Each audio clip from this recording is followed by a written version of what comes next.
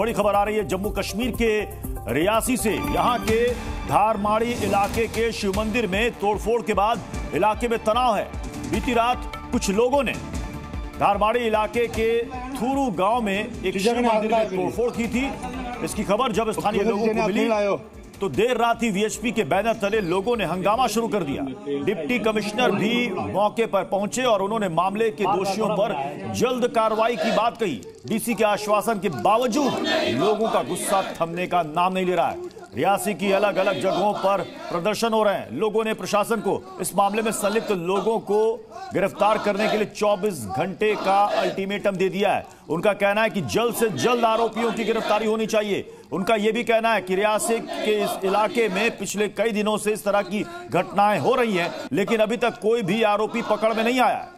अब आपको बताते हैं कि जम्मू कश्मीर के रियासी में क्या हुआ और अब क्यों बवाल वहां पर हो रहा है। आपको बिंदुवार समझाते हैं। जम्मू के रियासी में शिव मंदिर में तोड़फोड़ की गई। शिव मंदिर में तोड़फोड़ से इलाके में तनाव फैल गया है। आरोपियों ने मंदिर की मूर्तियों को खंडित किया है। स्थानीय और हिंदू संगठन इसका विरोध कर रहे हैं, इसको लेकर प्रदर्शन कर रहे हैं। रियासी के अलग अलग जगहों पर यह विरोध प्रदर्शन देखने को मिल रहा है। नाराज लोगों ने तोड़फोड़ की है, आगजनी भी की है।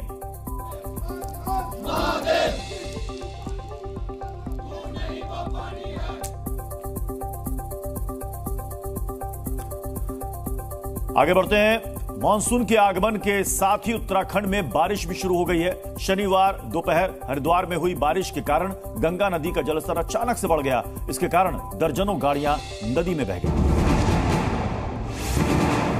पहली बारिश में उत्तराखंड के हरिद्वार में बाढ़ की डराने वाली तस्वीर सामने आई।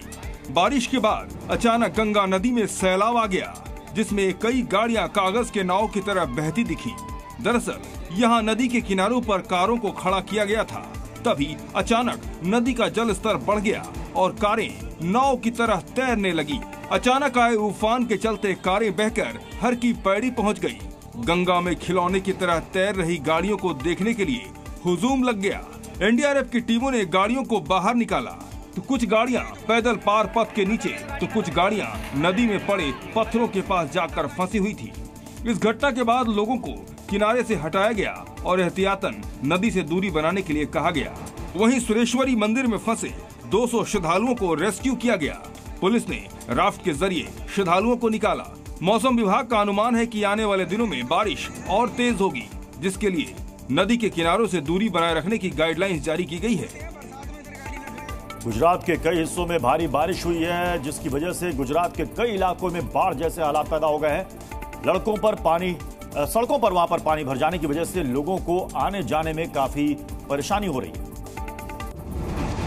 तस्वीरें गुजरात के बड़ौद की हैं। यहां लगातार बारिश हो रही है, जिसकी वजह से कई इलाकों में जल जमा हो गया है। गलियों में जलधारा बह रही है। अब गुजरात की वलसाड की तस्वीरें देखिए। पहले ही बारिश में सड़क दरिया बन चुकी है। सड़क से आती कार आधी डूबी हुई है और लगातार बारिश हो रही है।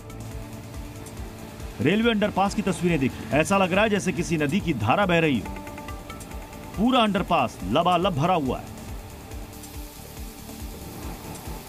अब यूपी के मथुरा की तस्वीरें देखिए। झमाझम बारिश ने शहर के प्रमुख रास्तों को तालाब बना दिया है। रास्ते में चलते हुए आपको खुद लगेगा जैसे आप कोई छोटी सी नदी पार कर रहे हैं। हालांकि जो गाड़ी में बैठकर छोटे से तालाब को पार करने की कोशिश कर रहे थे, वो भी फंस गए। गया। झारखंड के बोकारो में दामोदर नदी में 4 बच्चे डूब गए हैं। उन्हें बचाने की कोशिश जारी है। यह हादसा जिले के बरुआ घाट का है।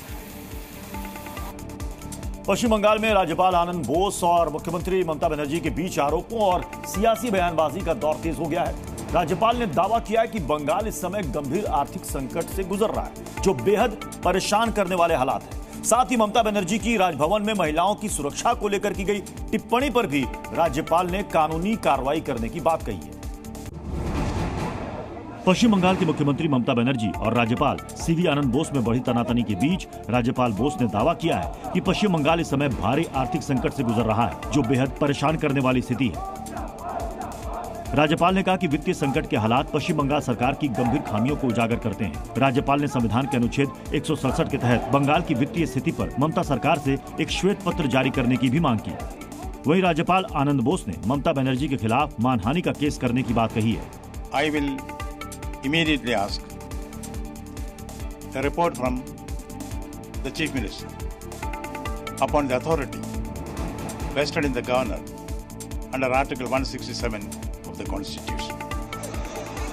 इससे पहले ममता बनर्जी ने आरोप लगाया था कि राजभवन में महिलाएं अपने आप को सुरक्षित महसूस नहीं कर रही, जिसके बाद राज्यपाल का ये बयान सामने आया है। हरियाणा में आगामी विधानसभा के चुनाव के लिए बीजेपी ने अपनी तैयारियां शुरू कर दी हैं और सूत्रों के मुताबिक इस विधानसभा के चुनाव में बीजेपी किसी भी दल के साथ गठबंधन नहीं करेगी।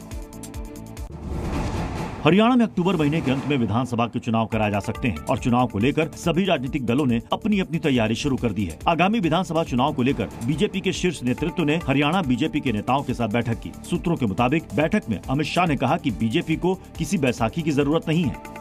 शाह ने बैठक के दौरान कहा कि सरकार बनाने के लिए प्रत्येक कार्यकर्ता को घर घर जाकर मतदाता से अपील करनी होगी। शाह ने कहा कि बीजेपी की जीत का आधार पार्टी के सिद्धांत, कार्यकर्ताओं की मेहनत और भाजपा सरकार द्वारा किए गए जन कल्याणकारी कार्य हैं। नायब सैनी को 12 मार्च को हरियाणा का मुख्यमंत्री बनाया गया था। इसके बाद प्रदेश में लोकसभा चुनाव शुरू हो गए और विधानसभा चुनाव की तैयारी चल रही है। ऐसे में नायब सैनी सरकार को काम करने के लिए बहुत कम समय मिल पाया है। इस बीच बीजेपी में चुनाव के दौरान पार्टी के चेहरे को लेकर चल रही अटकलों पर विराम लगाते हुए गृह मंत्री ने कहा कि हरियाणा बीजेपी तीसरी बार सरकार बनाएगी। और एक बड़ी खबर उत्तराखंड से। उत्तराखंड के रुद्रप्रयाग में चोराबाड़ी से ऊपर हिमालय की पर्वत श्रृंखलाओं में आज सुबह ग्लेशियर टूट गया और इस दौरान बर्फ का गुबार उठा और कुछ देर बाद गहरी खाई में समा गया। जिला आपदा प्रबंधन अधिकारी ने बताया कि गांधी सरोवर के ऊपर सुबह करीब 5 बजे ये एवलांच आया। हालांकि किसी जान माल का नुकसान नहीं हुआ है। उसी एवलांच की ये तस्वीर आप देख रहे हैं। यहां बर्फ का एक बड़ा टुकड़ा ऊपर से टूटकर नीचे गिरा और कुछ देर के बाद गहरी खाई में समा गया।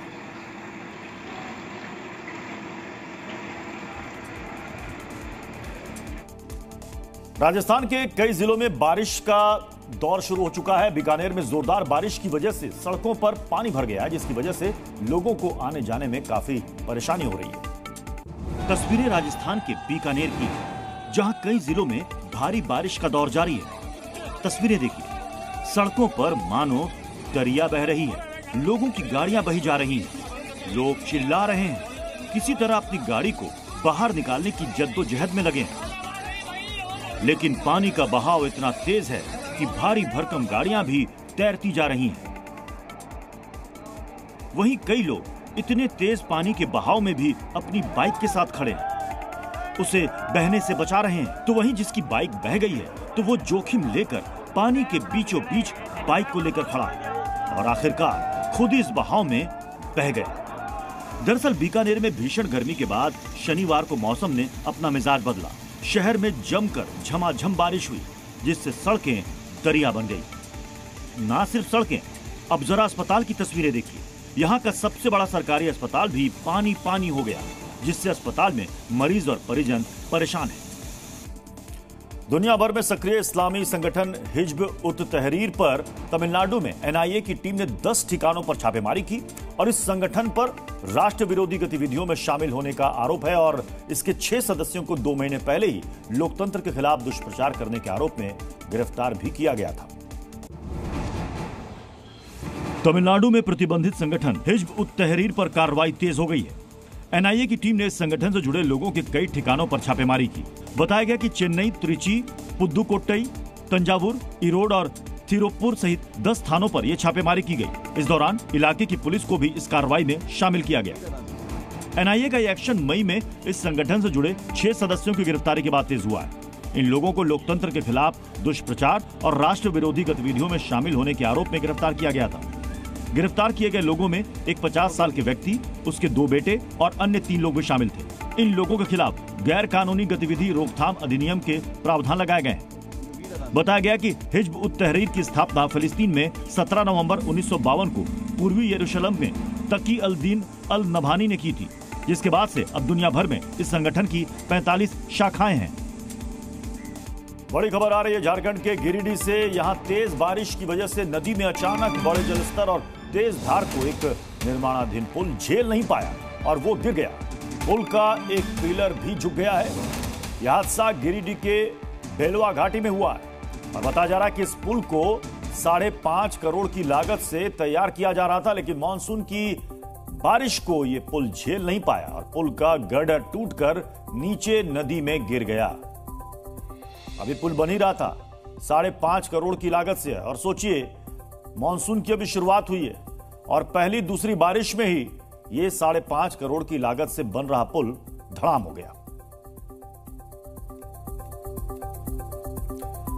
नीट पीजी परीक्षा को लेकर केंद्रीय शिक्षा मंत्री ने कहा कि जल्द ही एनटीए परीक्षा की तारीखों का ऐलान कर देगा।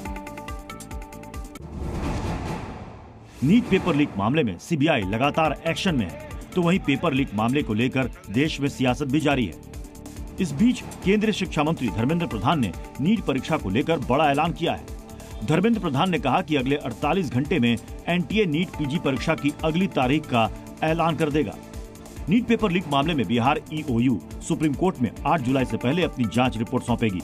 सूत्रों के मुताबिक रिपोर्ट में पेपर लीक के पुख्ता सबूत दिए जाने की तैयारी है। नीट परीक्षा में कैसे एक दिन पहले पेपर लीक हुआ, इससे जुड़े सबूत ईओयू सौंपेगी। ईओयू रिपोर्ट के जरिए ये साबित करेगी कि पेपर लीक को सॉल्व करके पटना, हजारीबाग, रांची के छात्रों तक पहले ही पहुंचा दिया गया था।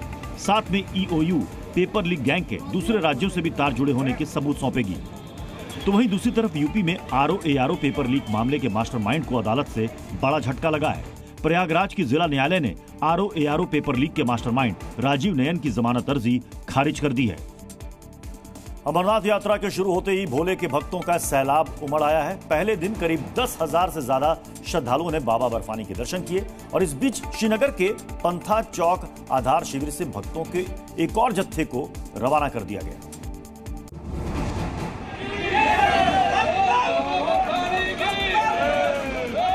जम्मू कश्मीर के श्रीनगर से अमरनाथ यात्रा के लिए श्रद्धालुओं का एक और जत्था पंथा चौक आधार शिविर से रवाना कर दिया गया।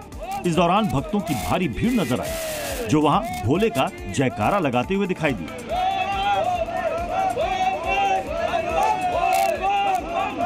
इस दौरान वहां सुरक्षा के भी कड़े इंतजाम नजर आए। हर कोने पर सुरक्षा बल के जवान तैनात दिखाई दिए। साथ ही वहां से गुजरने वाली हर गाड़ियों की चेकिंग की गई। इस दौरान यात्रा कर रहे लोग बेहद खुश नजर आए और उन्होंने व्यवस्था की तारीफ भी की। मतलब भोलेनाथ बाबा के यहाँ मिलने से बहुत अंदर से मन उत्साहित हो रहा है। बड़ा अच्छा रहा और कल हम रात को स्टे किया, बड़ी अच्छी व्यवस्था रही, सब कुछ ठीक ठाक रहा। इससे पहले 29 जून से शुरू हुई अमरनाथ यात्रा के पहले दिन करीब 10,000 भक्तों ने बाबा बर्फानी के दर्शन किए। और बिहार के जहानाबाद जिले से खबर आ रही है, जहां सदर अस्पताल में जोरदार बारिश से पानी भर गया। एसएनसीयू वार्ड में बारिश का पानी समा गया। ऑक्सीजन मशीन में करंट आने से वहां पर हड़कंप मच गया। वार्ड में भर्ती 7 मरीजों को बचाया गया है। ये खबर आ रही है बिहार के जहानाबाद जिले के एक अस्पताल से। देखिए, ये अस्पताल की तस्वीर है जहां पानी लबालब भर गया है और यहां हड़कंप मच गया कि यहां पर करंट फैल गया है। तुरंत वहां पर लोगों को, मरीजों को वहां से हटाया गया।